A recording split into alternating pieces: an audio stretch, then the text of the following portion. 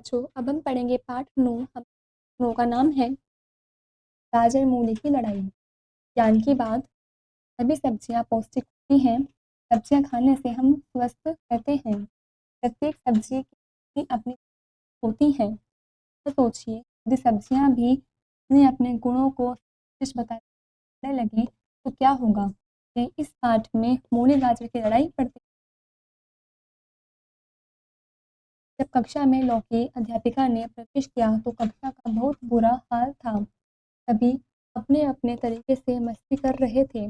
एक तरफ गाजर मूली वादयुक्त में उलझे हुए थे, दूसरी ओर चुकंदर अपनी आदतों से मजबूर मेज के नीचे खेल रहे थे। कुम्हड़ा और पेठा बैठे बैठे उग रहे थे। टमाटर गोभी सीम परवल आदि खेल में इतने थे कि लौकी के आने का पता ही नहीं चला।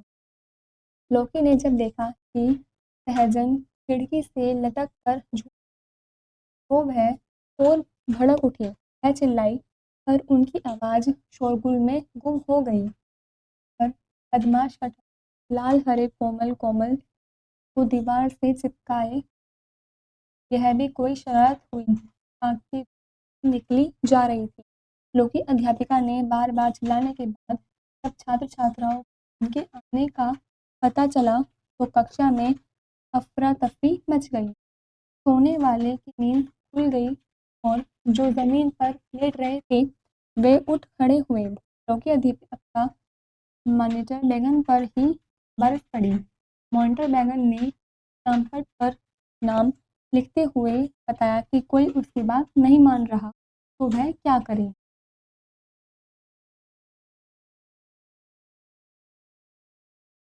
गाजर मूली के नाम सबसे ऊपर थे। मॉनिटर बैगन ने बताया ये दोनों कब से आपस में लड़ रहे हैं। इनकी लड़ाई आगे बैठने को लेकर हुई थी। अब ये अपनी को तेज साबित करने में लग गए हैं। दोनों अपने मुंह मियाँ मिट्ठू बन रहे हैं।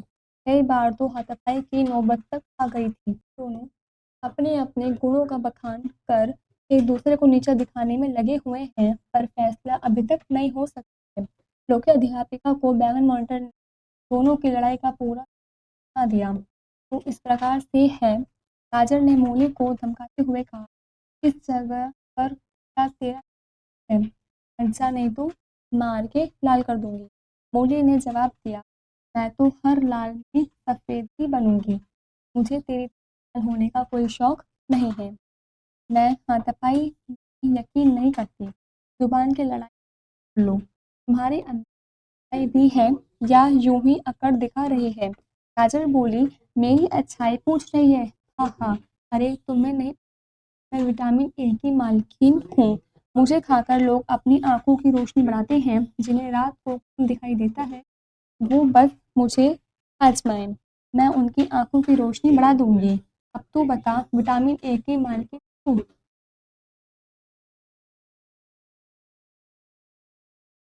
मूली ने कहा, बड़ा घमंड है तुझे अपने ऊपर। मुझे भले ही विटामिन ए नहीं मिलता है, पर मैं भी आंखों को ठीक रखने में सहायक हूँ। विटामिन बी 1 द्वारा मैं को तंदुरुस्त रखती हूँ। गाजर, ये विटामिन तो मुझ में भी होते हैं, तो इस प्रकार मैं बराबरी नहीं कर सकती। मुझ में विटामिन सी होता है। जब खेलने कूदने में कहीं कद फट जाता है तो बहते हुए खून को जमाने में मैं मदद करती हूँ। बोले, ये काम तो मैं भी करती हूँ। मैं भी मनुष्य को विटामिन सी देती हूँ। पेठा काफ़ी देर से दोनों की लड़ाई सुन रहा था। भी यही थी कि वह सो रहा था, लेकिन वह लड़ाई का मज़ा ले रहा था। पेठा उठकर आया और दोनों में सुलह कराने के लिए बोला, तुम दोनों ही महान हो। तुम दोनों ही मनुष्य जाति की हड्डी को मजबूत कराती हो, उनकी आंखों को ठीक रखती हो, त्वचा को सुंदर बनाकर उन्हें निखार देती हो। अब शांत हो जाओ। पर उन दोनों पर बेचारे पेठे की बात का कोई असर नहीं हुआ। मूली ने गाजर से कहा, तुमसे कौन कौन से खनिज होते हैं, बता तो जरा। गाजर ने याद करते हुए कहा, मैं लोगों के सोडियम फॉस्फोरस पहुंचाती हूँ और उनकी हड्डी दांत मजबूत रखते हुए उनका वजन सही रखती हूँ। तुमसे भला कौन है? मूली ने भाग से उत्तर दिया, "हम सोडियम और की हूँ, मांसपेशियों के विकास में मददगार हूँ और हड्डी भी मजबूत करती हूँ।" सहजन जो खिड़की से लटका हुआ झूला झूल रहा था, दौड़ता हुआ, "अंग्रेज मुझे केमिस्ट्री कहते हैं, जो बच्चे मुझे नहीं खाते। चाबुक से मैं उनकी पिटाई भी करता हूँ। लड़ाई बंद करो, नहीं तो एक-एक चाबुक दोनों को लगाऊँगा।" तगड़ा त्रिकोणीय ने बैंगन ने बीच बचाव करके सहजन को दोबारा खिड़की किया।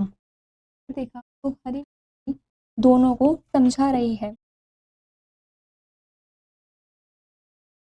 हरी मिर्ची कह रही है, "अरे तुम दोनों बच्चे हो, हमें मालूम है तुम अमीनो एसिड बनाने में बहुत मददगार हो, इससे लीवर, फेफड़ा, हृदय, किडनी सब ठीक रहते हैं।